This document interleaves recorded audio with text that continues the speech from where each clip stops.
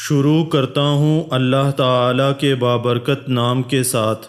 سیدنا ابو بکر صدیق رضی اللہ تعالیٰ عنہ آزاد لوگوں میں سب سے پہلے تھے جنہوں نے نبی کریم صلی اللہ علیہ وسلم کی دعوت پر فوراً اسلام قبول کر لیا۔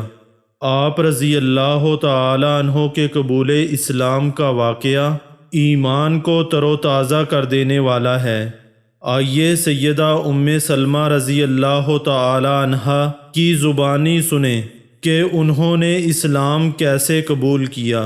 وہ بیان کرتی ہیں کہ سیدنا ابو بکر صدیق رضی اللہ تعالی عنہ نبی کریم صلی اللہ علیہ وسلم کے رفیق خاص اور انتہائی عزیز دوست تھے، اور جب نبی کریم صلی اللہ علیہ وسلم کو مبعوث کیا گیا تو قریش کے کچھ لوگ سیدنا ابو بکر صدیق رضی اللہ تعالی عنہ کے پاس آئے اور کہنے لگے، ابو بکر، یہ تمہارا دوست دیوانہ ہو گیا ہے۔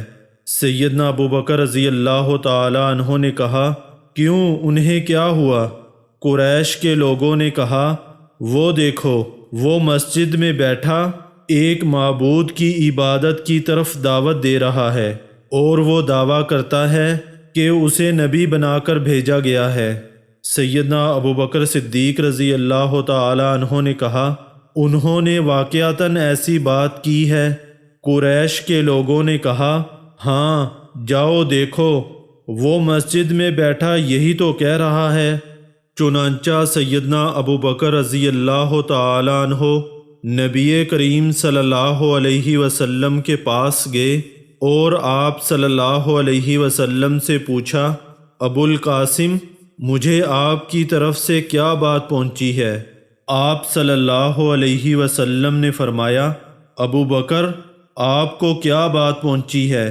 سیدنا ابو بکر صدیق رضی اللہ تعالی عنہ نے جواب دیا، مجھے یہ بات پہنچی ہے کہ آپ اکیلے اللہ تعالیٰ کی عبادت کی طرف دعوت دیتے ہیں، اور آپ نے دعویٰ کیا ہے کہ آپ اللہ کے رسول ہیں۔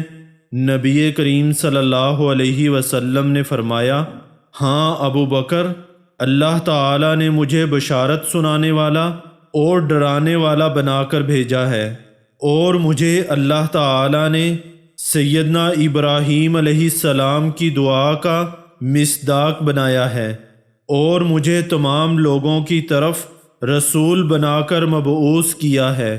تب ابو بکر صدیق رضی اللہ تعالی عنہ نے کہا، میں نے آپ سے کبھی جھوٹی بات نہیں سنی، اور آپ واقعتاً رسالت کے اہل ہیں، کیونکہ آپ امین ہیں، صلہ رحمی کرتے ہیں، آپ کا کردار اچھا ہے۔ آپ اپنا ہاتھ آگے بڑھائیے، میں آپ کی بیعت کرتا ہوں۔ نبی کریم صلی اللہ علیہ وسلم نے اپنا ہاتھ آگے بڑھایا۔ سیدنا ابو بکر صدیق رضی اللہ تعالی عنہ نے آپ کی بیعت کی اور آپ کی تصدیق کی، اور اس بات کا اقرار کیا کہ آپ جو دین لے کے آئے ہیں وہ بالکل برحق ہے۔ اس کے بعد نبی کریم صلی اللہ علیہ وسلم نے ابو بکر رضی اللہ تعالی عنہ کو جہاں کہیں بلایا، انہوں نے کبھی پس و پیش نہیں کی۔ یہ تھا سیدنا ابو بکر صدیق رضی اللہ تعالی عنہ کے قبول اسلام کا واقعہ، جو ایمان، صداقت اور محبت کی عظیم مثال ہے۔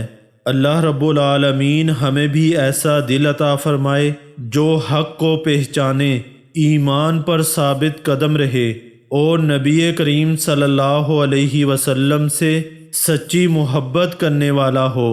آمین یا رب العالمین۔